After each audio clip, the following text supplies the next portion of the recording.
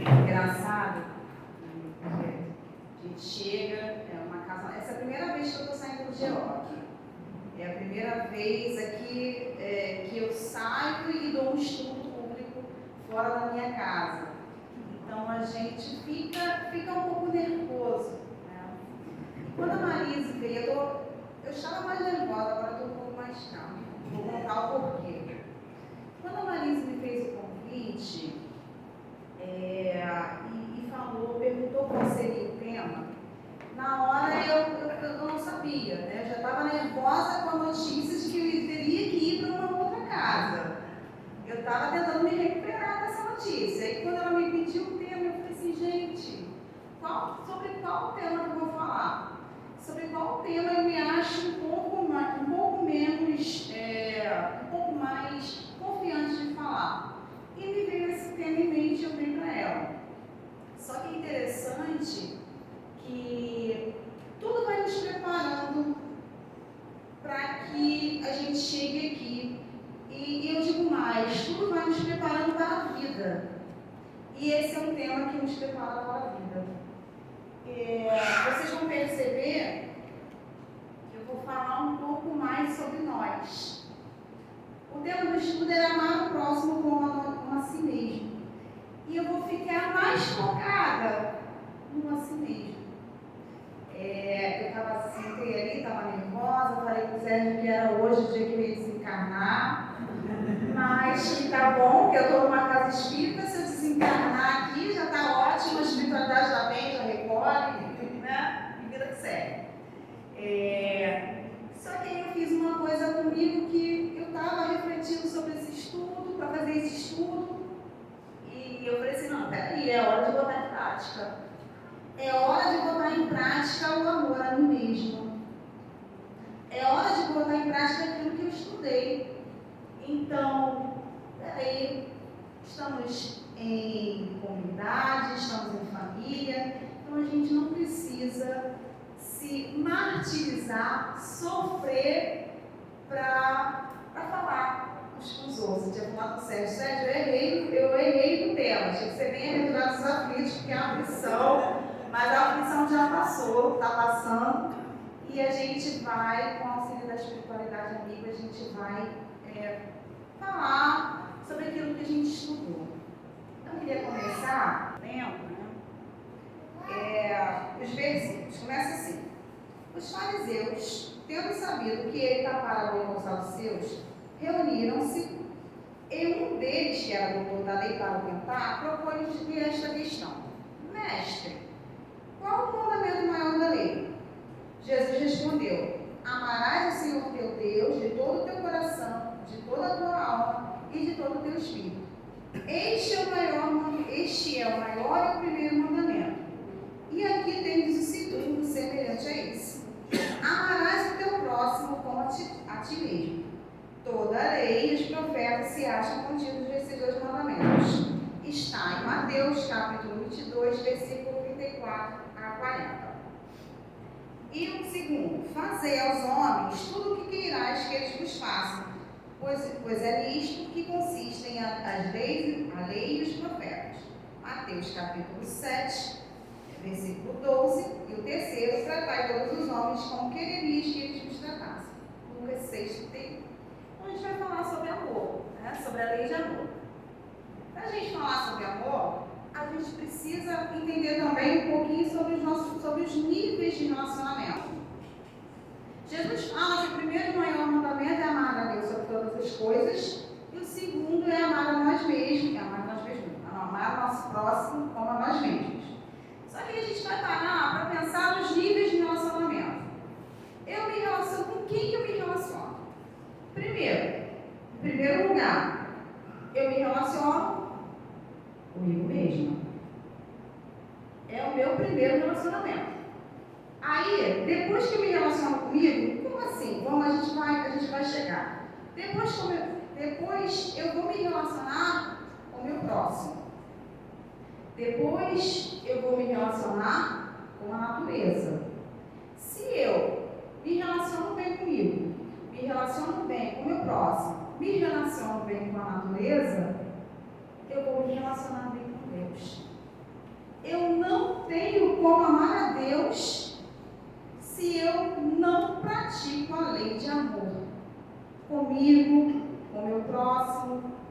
habita. Eu também não tenho como amar todas essas coisas se eu não amo a Deus. Por isso que Jesus fala que amar a Deus tem que vir em primeiro lugar. Mas eu acho que quando a gente chega à plenitude, quando a gente alcança a plenitude, que não é meu caso ainda, mas quando a gente alcança a plenitude, todos esses níveis de relacionamento se misturam. E a gente já não sabe mais o que a gente amou primeiro. Se a gente se amou primeiro, se a gente amou o próximo, se a gente amou a Deus, a gente sabe que ama. E bom. Além disso, nós temos também, quem lembra lá das aulas de filosofia, minha mãe vivia falando isso. Minha mãe, ela se formou, ela fez o ensino médio depois de mais velha. E ela adorava as aulas de filosofia. Eu lembro que ela só adorava esse tema, que era o amor. Ela só falava sobre amor. E ela falava sobre amor eros, amor ágape e o amor filia. E ela falava aquilo todo dia, ela falava tanto que eu falei, mãe, já sei. Eu já decorei o que é amor eros, amor ágape e amor filia. Então, amor eros é aquele amor mais sensualizado, né? O amor sexual, é o amor de homem para mulher, enfim, amor entre companheiros, amor entre casais, é o amor romântico. O amor filia é aquele nível de amor, vamos lembrar lá de Lázaro, que ele vai falar sobre o instinto. Quando ele vai falar sobre o amor, sobre a lei de amor, ele fala que a gente começa no instinto, depois que a gente evolui, a gente sai do instinto e vai para as sensações, né? Quando esse instinto, lógico, ele evolui e ao mesmo tempo ele é corrompido. A gente sai do instinto e passa para as sensações. A gente está aí no amor eros, em que a gente só quer viver, a gente só quer sentir, a gente quer o prazer.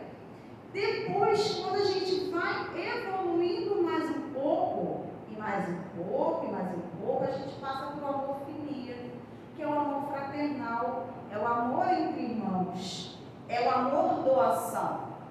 É aquele sentimento que nos faz sair um pouco do nosso personalismo, da nossa individualidade, para ir ao encontro do outro, para fazer o bem ao outro.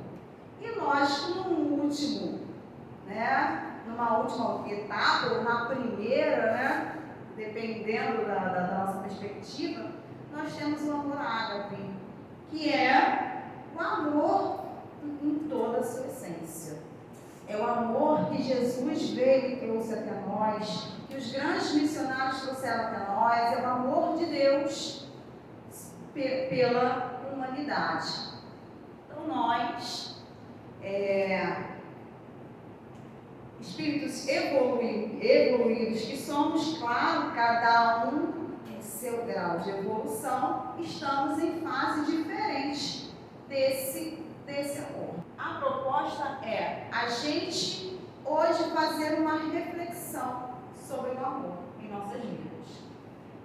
Sobre, como o título diz, amar o próximo como a si mesmo, é a gente perguntar qual é o tipo de relacionamento que nós temos com a gente mesmo. Qual é o tipo de sentimento que eu estou devotando a mim mesmo?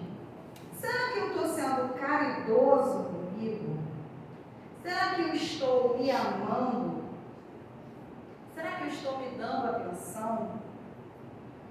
Na questão, lá no Livro dos Espíritos, na questão 886, pergunta para a gente o que é amar o próximo como a si mesmo? Aí eu fui lá no Livro dos Espíritos, na questão 886, e Kardec pergunta assim: qual é o verdadeiro sentido da palavra caridade? Como entendia Jesus? Os Espíritos respondem: benevolência para com todos, é o BIP, né? Benevolência para com todos, indulgência para com as imperfeições alheias e perdão das ofensas. Aí tem uma notinha: O amor e a caridade são um complemento da lei de justiça, porque amar ao próximo é fazer todo o bem que está ao nosso alcance e que gostaríamos nos fosse feito a nós mesmos. Tal é o sentido das palavras de Jesus: amai-vos uns aos outros como irmãos.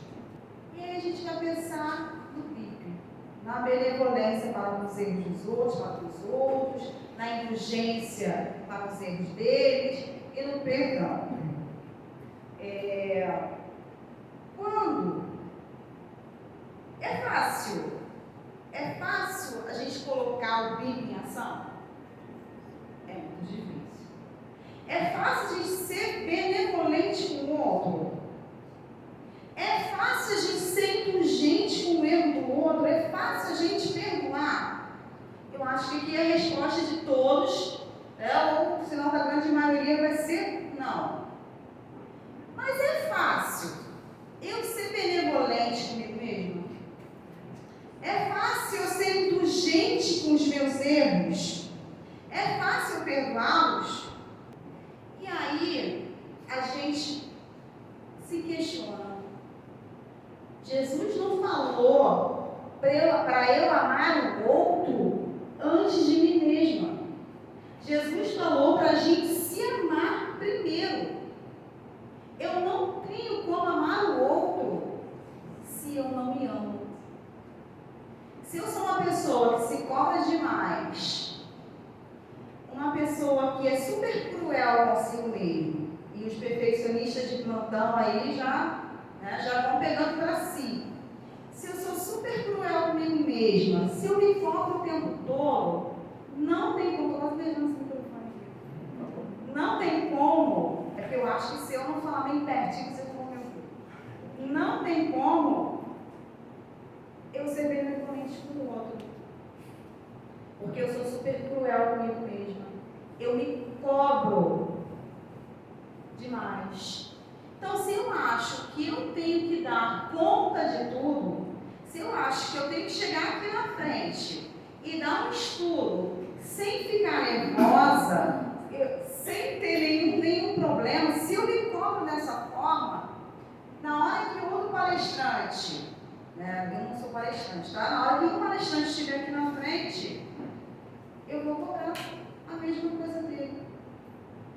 Se eu cobro que eu não posso errar nunca, jamais, eu vou cobrar do outro também que ele não pode errar jamais. Se eu sou extremamente dura com os meus erros, eu serei extremamente dura com os erros dos outros.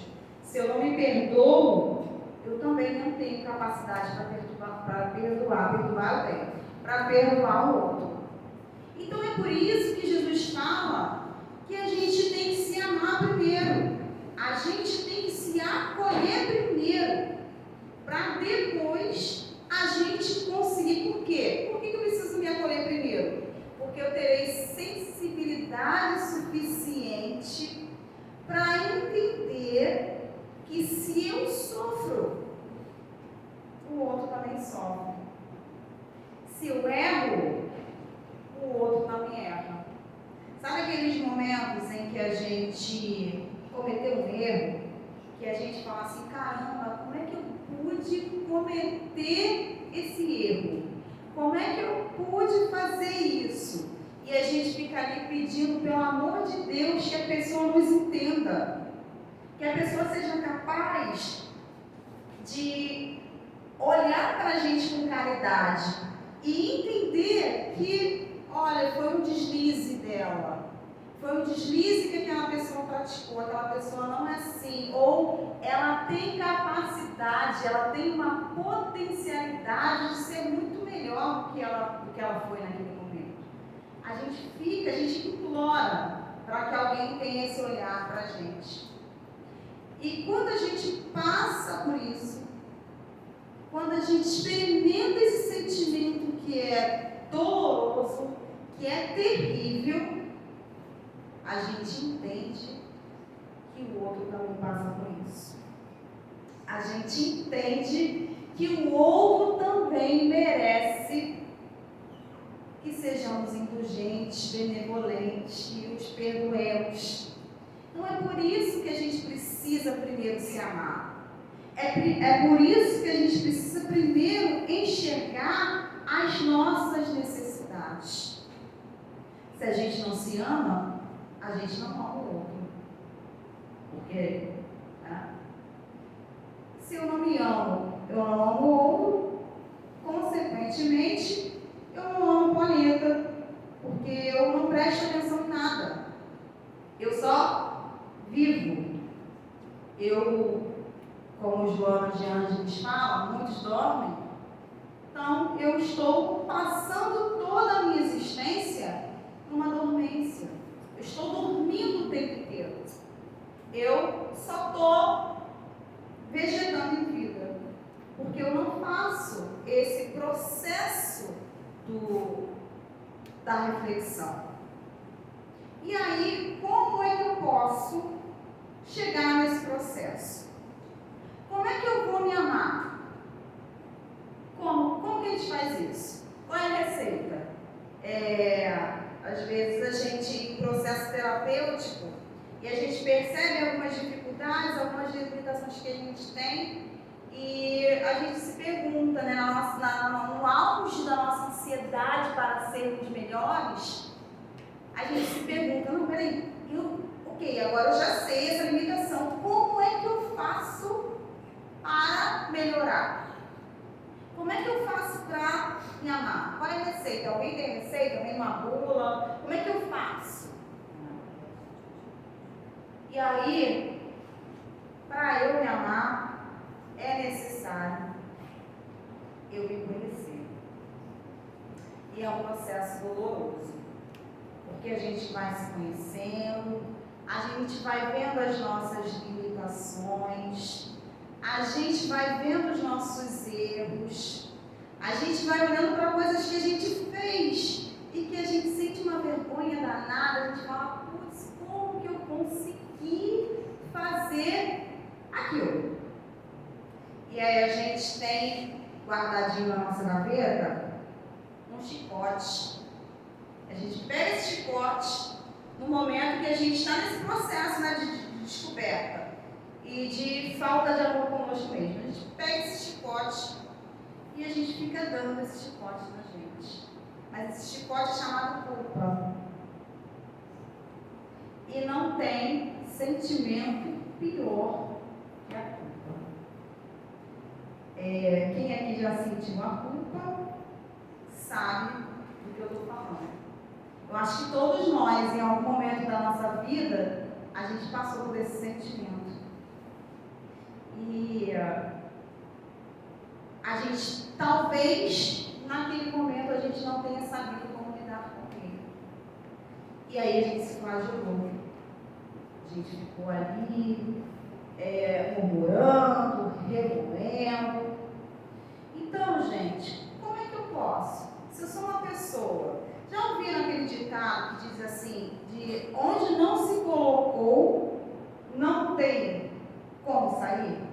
Se eu não coloquei tal sentimento ali, ele não tem como brotar? Ele não é totalmente real, não, tá? Porque a gente é reencarnacionista, a gente sabe da pluralidade das existências, só que a gente precisa, e sabendo disso, a gente precisa começar a colocar os sentimentos ali. A gente precisa começar a colocar o amor próprio. Como é que eu faço? Me conhecendo as minhas limitações, conhecendo os meus erros. Mas é conhecer para quê? É conhecer para eu me culpar? Para eu me flagelar? Não. É para eu me aceitar. O autoconhecimento e a autoaceitação fazem parte desse processo. Mas, Fernanda, a gente não está falando sobre o outro. O que o outro tem a ver comigo? Tudo.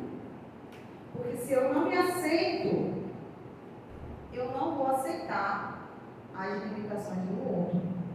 Se eu não me curo, se eu não me percebo, eu vou achar que eu sou um alecrim dourado que nasceu no campo sem ser semeado e que todo mundo bem perfeitos, todo mundo é insuportável, só eu que sou maravilhosa.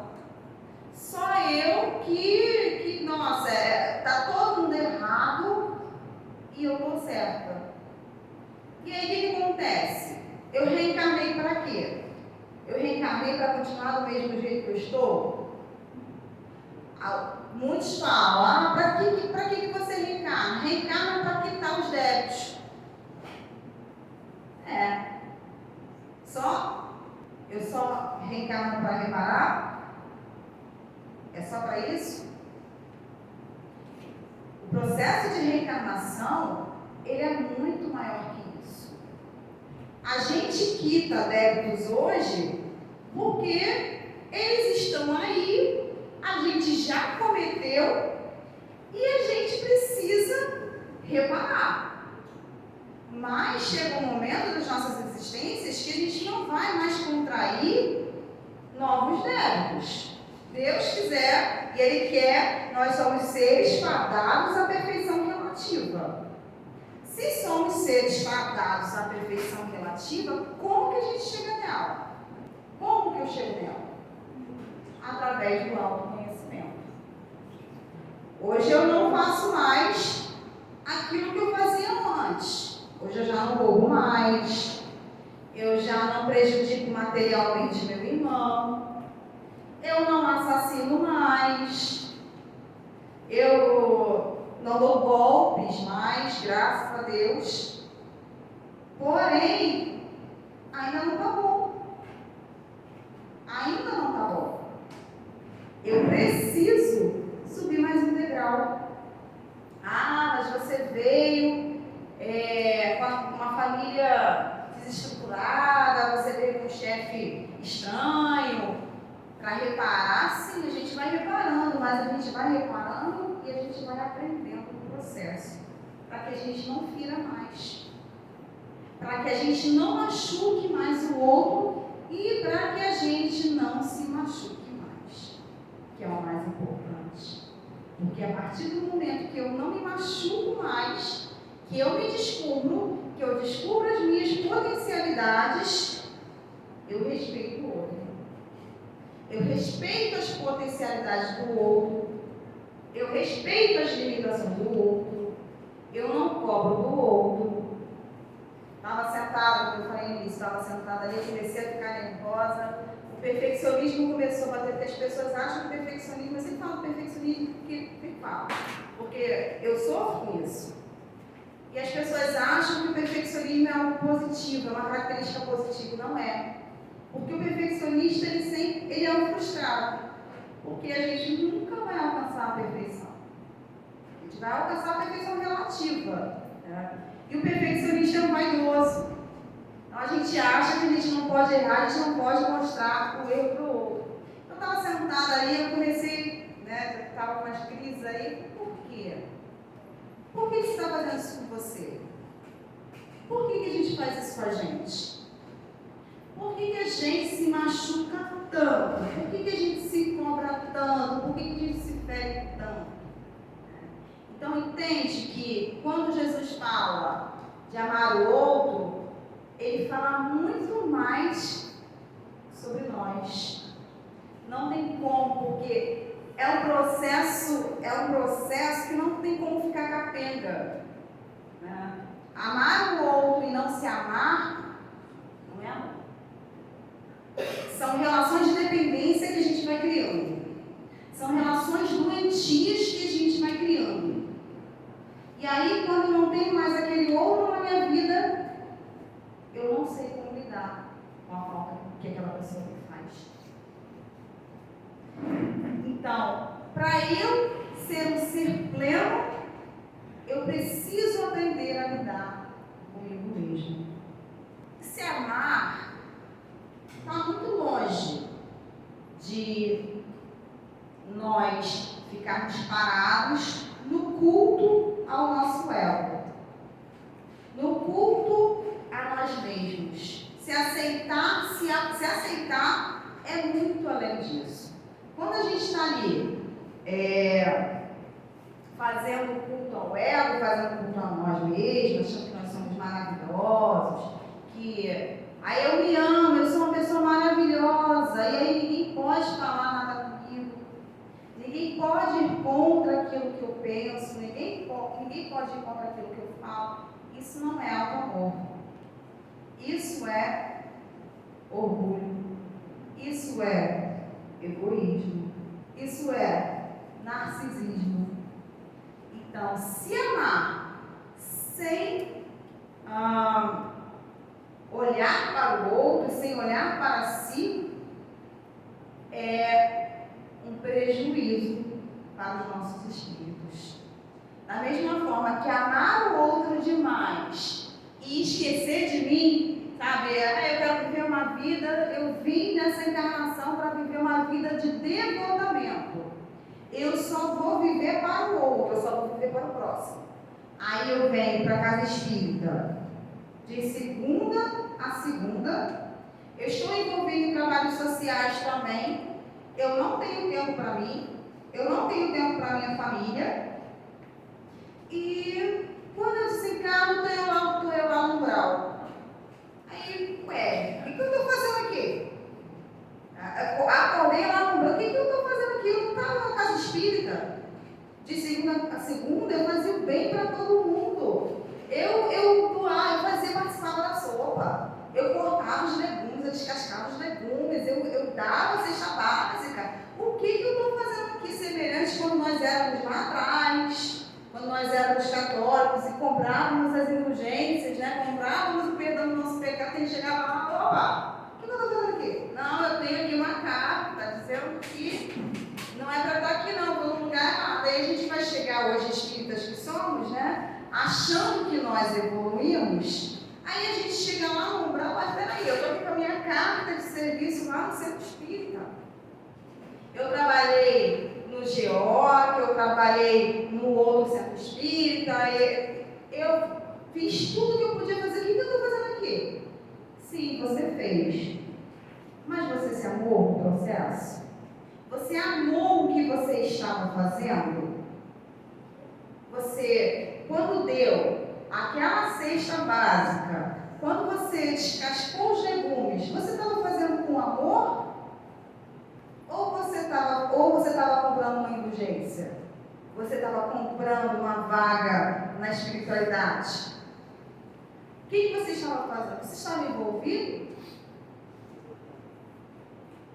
E aí, como lá em Obreiros de vida eterna, Obreiros de vida eterna, a gente volta e encara a triste realidade de espíritos falidos.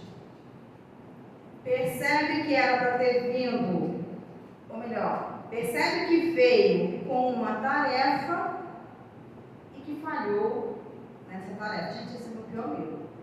É meu maior medo. Quando eu li Obreiros de vida eterna, eu falei assim, Jesus, me segura, porque quando eu voltar, é muito provável que isso aconteça. Foi assim, na hora que eu li, eu falei assim, é muito provável. O que eu tenho que fazer para que não aconteça? O que a gente faz, né? A gente tenta trabalhar, a gente tenta fazer. Está cansado, a gente vai assim mesmo. Está nervoso, a gente vai com nervoso. Está com medo, a gente vai com medo. E o importante é ir. O importante é a gente colocar o amor em tudo aquilo que a gente faz. Aí, legal. A gente reencarna. Tem lá o nosso planejamento reencarnatório.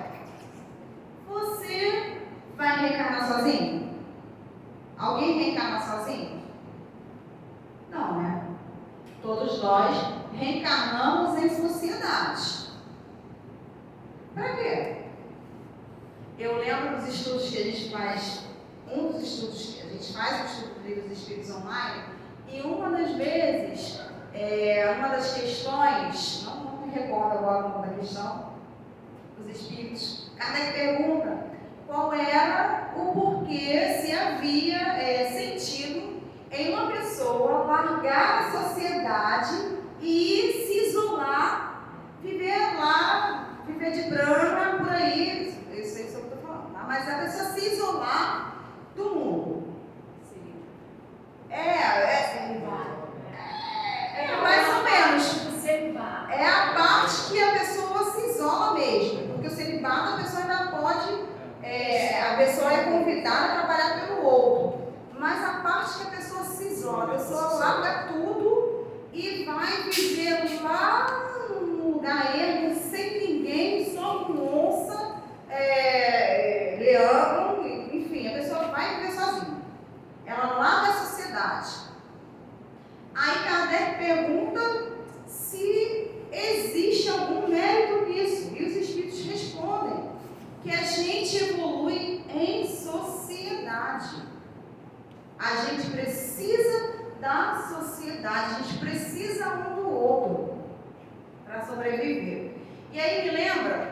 numa outra passagem, que os fariseus perguntam para Jesus, mais ou menos quase a mesma coisa que a gente leu aqui.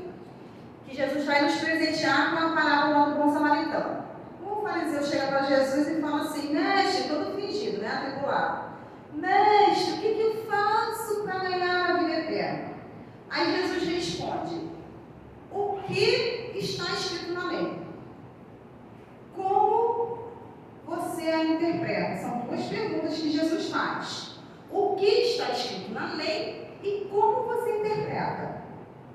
E aí o fariseu fala assim, amar a Deus sobre todas as coisas, com todo o coração, com toda a minha alma, e amar o próximo como a si mesmo. Aí Jesus fala assim, bom, faça isso e seja feliz. Aí aquela pessoa, né, é que Jesus é um espírito pleno. Jesus é um espírito pleno. Porque se a pessoa, se sou eu, Fernando, eu faço meu filho. Aí o fariseu falou assim, mas quem é meu próximo? Ainda tentando ainda querendo, vamos trocar, né? Ai, professor de português, não dá. Ainda querendo tentar Jesus. Aí Jesus nos dá a parábola do bom samaritano. E no final, Jesus pergunta para o fariseu, quem você acha que foi o próximo ali? E o fariseu responde, aquele que agiu com compaixão para com ele. Não, nem nesse momento ele deu o braço a torcer, ele não disse que era samaritano. E aí, a pergunta que eu faço para a gente é, quem é o nosso próximo? A gente já entendeu que a gente precisa se amar. A gente já entendeu que a gente precisa se conhecer, que a gente precisa se perdoar, praticar benevolência com a gente mesmo, a indulgência com a gente mesmo, o perdão com a gente mesmo. A gente já percebeu isso. É um processo fácil? Não é. Não é. Porque é um processo reflexivo e é um processo terapêutico. Não é nada fácil. A gente enxergar imperfeições na gente, a gente enxergar defeitos na gente, e mais difícil ainda é a gente enxergar a cura. Porque enxergar o defeito é fácil. Principalmente quando a gente já tem problema com a gente mesmo, enxergar o defeito é fácil. Alguém pergunta, quer ver? Alguém pergunta pra gente assim, cite 3 qualidades suas. Aí a gente fica 10 minutos para encontrar a primeira qualidade. Quando encontra, cite 3 defeitos seus. A gente cita 10, 50, se for o caso. Por quê? Porque eu só vejo o que é ruim em mim. Porque eu só vejo o meu lado negativo. Então eu não me amo. Ou então a gente fazia em época de escola, quando a gente passava por essas dinâmicas, que a gente tinha que se olhar no espelho. Sempre o dia, gente. Sempre o dia de dinâmica. Eu não faço dinâmica. Em sala de aula, quando era o primeiro dia de aula, nada de dinâmica. Vamos aqui conversar, melhor. Sempre o dia. E aí o professor dava um espelho pra gente e falava, se olha no espelho. Essa é a pior de todas. Se olha no espelho. Aí você tem que ficar ali se encarando, aí você acha que é uma palhaçada. E primeiro porque você não tem costume de fazer isso com você mesmo. Por que você acha palhaçada? Porque eu vou ficar perdendo tempo aqui olhando. Eu vou ficar perdendo tempo olhando as minhas imperfeições, porque o pessoal vai encontrar imperfeição. Aí o professor falava, cite 3 características, qualidades suas. Aí eles falavam assim, pergunta para ele aqui, olha, ele é meu colega, ele sabe melhor que eu as minhas qualidades. Mas os defeitos eu podia falar. Por que eu preciso de alguém para falar das minhas qualidades, mas eu mesma posso falar dos meus defeitos? Entende? Então parece que é algo simples, mas é muito maior do que aquilo que a gente pensa. É muito mais profundo, é muito mais reflexivo. É muito mais, como é que eu posso dizer? É muito mais fundo mesmo. Se a gente for lá na base de nós mesmos, nós vamos entender todos os problemas que estão certos. Mas aí falando do outro, que eu estava falando sobre a gente encarnar em sociedade, estava falando sobre a parábola do bom samaritano, quando no final ele pergunta quem é meu próximo, né? Quando o fariseu pergunta para Jesus, quem é meu próximo? Os judeus, não diferente de nós, eles tinham aquela coisa do próximo ser a pessoa da família. A pessoa da família, a pessoa da própria religião, do próprio grupo religioso deles. Digo que não é muito diferente de nós. Não é. Por quê? Quem é meu próximo? O meu pai, a minha mãe. Meu pai é narcisista, minha mãe é narcisista. O meu companheiro abusivo. Não estou falando que a gente tem que aceitar. Porque no processo do autoconhecimento, a gente aprende a lidar com todas as situações. Aquela pessoa difícil, aquele chefe difícil, a sogra, o sogro, aquela pessoa que senta do nosso lado do ônibus, no amparo, que aí vai olhando o celular, parece que ele tem um complexo de xícara, que ele só sabe ficar assim, com o braço e o cotovelo na sua costela. Ou então, aquela pessoa que senta arremeada e você fala assim, meu Deus, dá-me paciência. A pessoa não conhece o próprio limite. A pessoa não sabe reconhecer o limite do outro. Mas já reparou que se essas coisas tão pequenas incomodam tanto a gente, elas vão falar muito mais da gente do que do outro. O outro não tem limite, eu tenho? Eu tenho limite?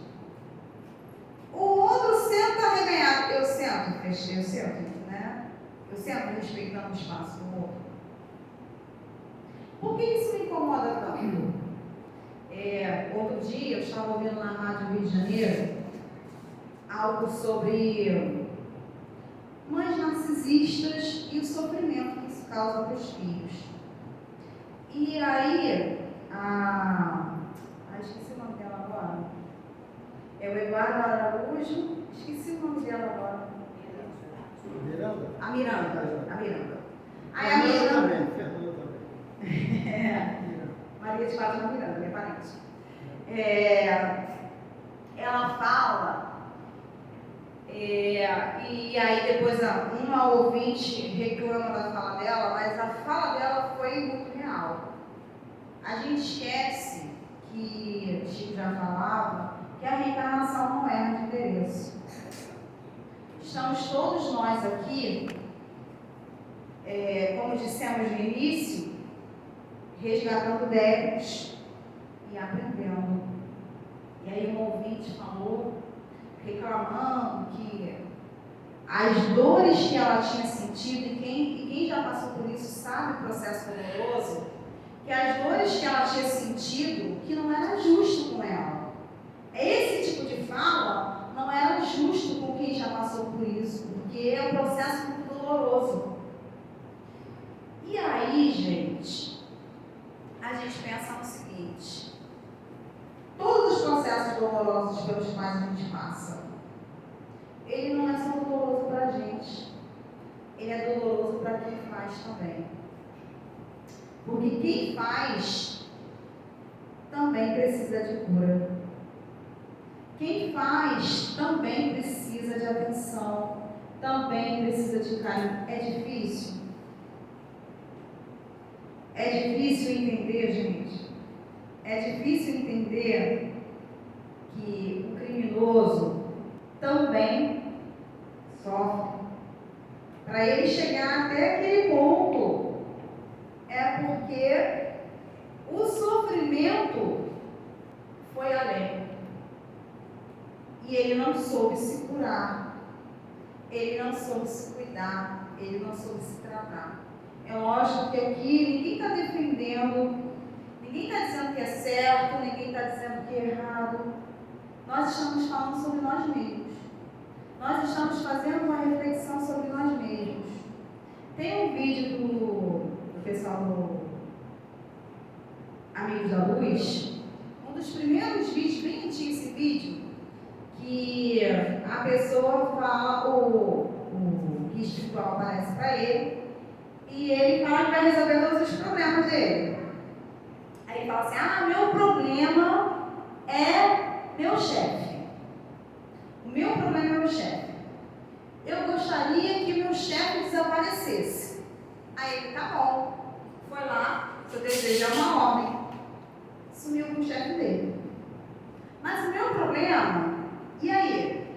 Mas o meu problema é o meu irmão. Porque o meu irmão, ele recebe toda a atenção da minha família, meu irmão é mostrado, gosta de aparecer, e aí minha vida seria muito mais fácil sem meu irmão. Aí ele tá bom, foi lá e desapareceu com o irmão dele, e foi falando dos problemas. Só que todos os problemas dele, ele via refletido nos outros. Aí chegou no final, o guia espiritual dele fala assim, e aí, agora vamos embora, né? Não, como assim, vamos embora? Não, vamos embora, acabou. Você pediu, falou que seu problema era o seu irmão. Então a gente deu um jeito, quer isso, quer aquilo. Então agora você não tem mais ninguém com quem conviver. Acabou. Acabou para você. Vamos embora voltar para a sociedade, vamos embora voltar para a espiritualidade. E esse é o nosso desafio.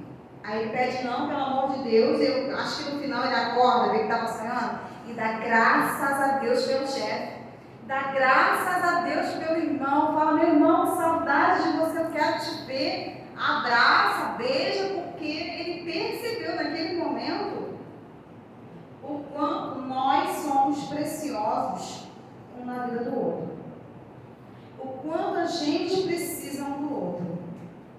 E aí, o nosso irmão, aquele irmão difícil, aquele culto que a gente no ônibus, aquele pai difícil, aquela mãe difícil, aquele irmão difícil, aquele chefe, eles são intermediários do ensinamento, da nossa evolução.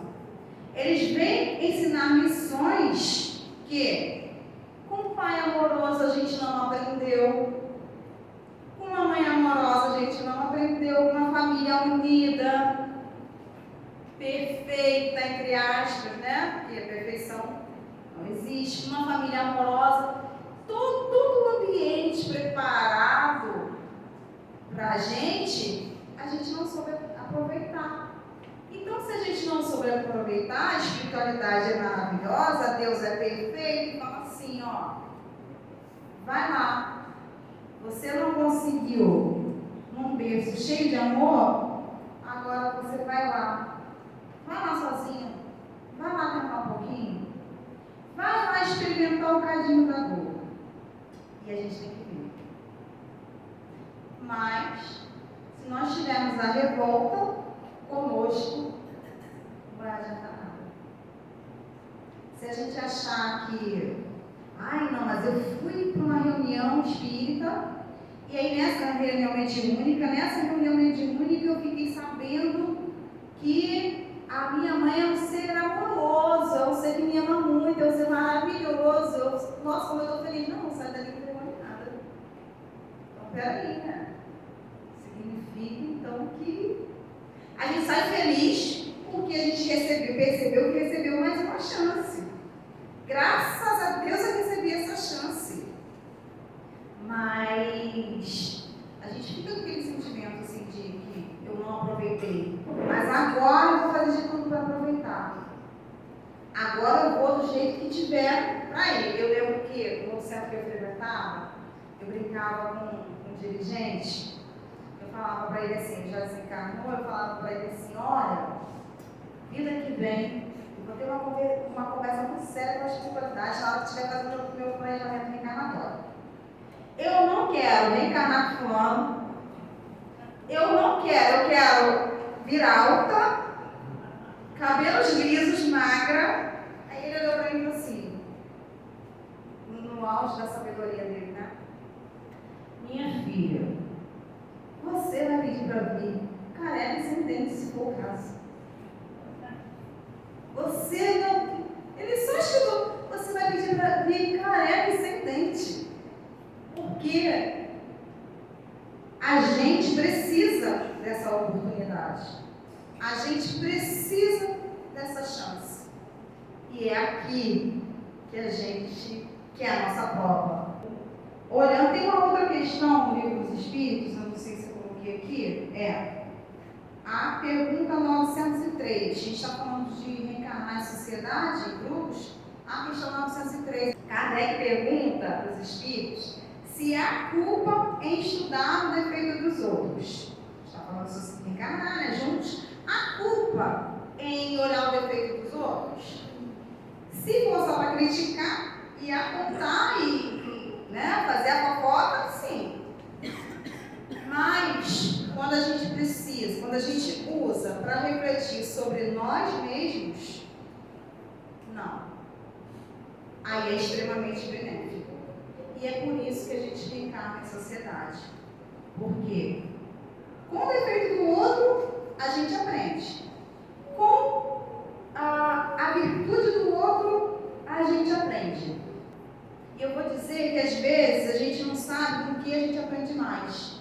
Eu conheci um outro espírito também boníssimo, também desencarnou já faz um tempo, que eu falava para ela, eu era católica na época, eu costumava brincar e falava para ela, olha, a senhora, quando desencarnar, vai subir com gripe tudo. Porque vai ser assunta ao céu. Virgem Maria vai ser assunta ao céu.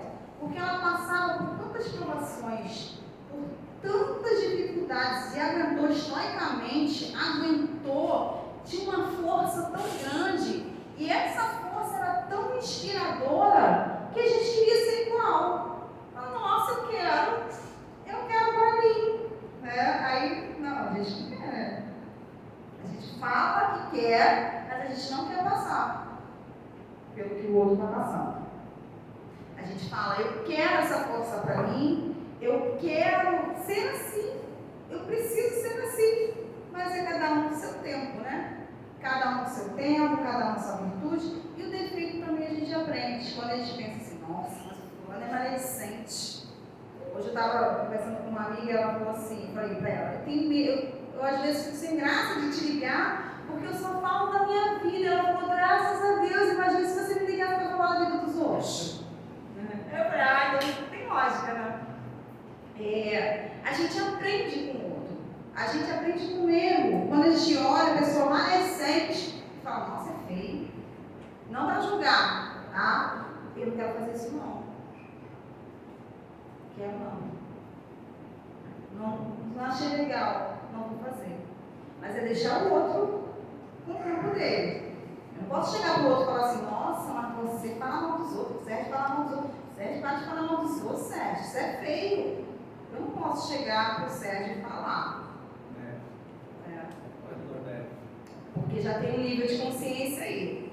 Quando não tem um nível de consciência, a gente se cala, observa e não repete. E é por isso que a gente reencarna em sociedade. Né? E eu não posso utilizar a régua do outro para mim mesma. As limitações do outro não podem me definir. Mas eu faço tanto bem para o Sérgio, vou usar o Sérgio como exemplo. Faço tanto bem, só que ele não me devolve aquilo que eu faço. Ele fala mal de mim, ele faz o mal para mim. Às vezes a gente pensa, cansei de ser bom. Cansei de ser bom, quero ser bom mais não. Que eu faço as coisas para os outros, os outros não me mandam de volta, eu sou uma boba. Que eu faço bem, eu só recebo mal. Não, então não. Então eu não sou tão boa como eu penso. Eu estou esperando coisas em troca. É só. E aí eu vou vivendo a vida esperando coisas em trocas, fazendo bem, esperando bem em troca e acordando com um grau depois do desencarne. Então, que a gente possa seguir o exemplo de Jesus. Que ao olhar o erro do nosso irmão, que a gente possa entender que ele, assim como nós, é uma criança espiritual. Assim como Jesus, que do alto da cruz, olhou para o alto, dizem, né? Não estava lá, mas não lembro. Olhou para o alto e pediu a Deus que perdoasse a nós, que nos perdoasse, porque nós éramos mais crianças do que propriamente culpados, que a gente também tenha um pouquinho dessa lucidez ao olhar o defeito do irmão, ao olhar o nosso próprio defeito. Defeito não, limitação. Que a gente tenha essa caridade, essa indulgência, essa benevolência, esse perdão, tanto para o nosso irmão quanto para nós mesmos. Que a gente possa seguir o exemplo de Jesus. Muita paz a todos.